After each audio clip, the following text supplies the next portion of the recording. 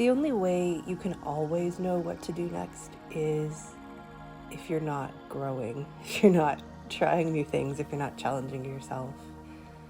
If you are a growing, healing, living human, you're not always going to know what to do next. So, being in the process of figuring out the how, this is the work, right? This is the work of figuring out how to bring yourself what you need in the moment.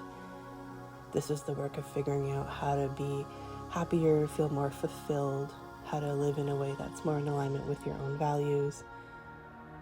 This is the way to figure out the simplest things around how do I feel good today, and it's the way to figure out the most big, complex things around how do I really build and create the life that I want to be living. It really all comes down to this, staying in the process of figuring out the how.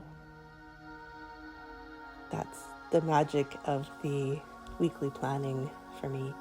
This week is a little unique because, as I've shared on Fridays, I do a reflective process each week to look back and see what I need to learn about my process and apply that learning to the next week. And this week, that learning was a piece around some inner work that I need to focus on. So after I did that reflective process, I wrote this down on the back of this wheel. This is from my weekly journaling kit, and just left myself a note there so that when I came to do my weekly planning, I would remember that. And then I made this space for it so that I have my goal here, and then I have the wheel, which has space for me to write every day what I'm doing with that goal, how it's feeling, what's changing, just whatever feels important with that. So those alchemy wheels, that's one of the ways to use those.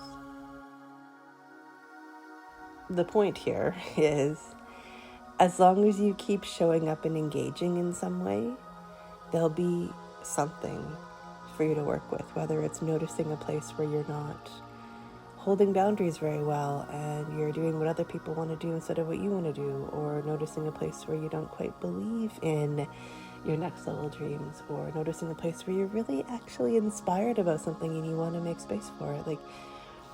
We don't notice these things, they're quiet, they're calling us very quietly, and the rest of the world is yelling very loudly at us about what we should be doing. So we need these practices, processes. We need to make space to just engage. And when you're doing that,